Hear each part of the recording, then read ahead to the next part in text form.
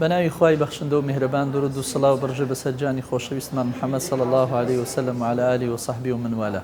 بەڕێزان، ئەوڕۆ ئەمە لە میهرەبانی بووین و دۆ ئەوەی تۆمارکردنی بەرنامەیەک لەگەڵ دکتۆر دێرشینە. بەڕاستی کۆمەڵەها حەقایق و کۆمەڵەها شتی زۆر زۆر جوان و سرنجڕاکێشی لە بۆمە باس کرد و باسی کۆمەڵەها پشتیشی کرد کە خەڵک بە وەقف لە میهرەبانی ڕایگرتیە و باسی لەو گەنجانەش کرد کە هەڵی کاریان لە بۆ دۆزرایتەوە لە ناو میهرەبانی.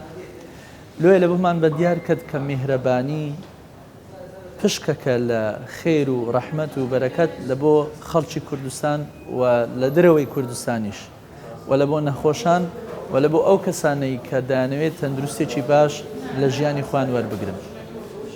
وەکو ئامۆژگاریەک ئەو کەسانەی کە خوای گەورە پێی داون داوایان لێ دەکەین بەشداری بکەن لە میهرەبانی، لۆی ئەوانیش بەشدار بن لەو خێرە نەبڕاوەی و ببێتە توێشوێک لە بۆ قیامەتیان. خوای گەورە لە هەموو لایەکیان قبوڵ بکاو، لە خوای گەورە دەپاڕینەوە مۆفەق و سەرفەرازیان بکات.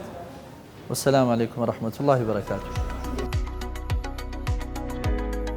میهرەبانی، دڵسۆزی و لێزانی.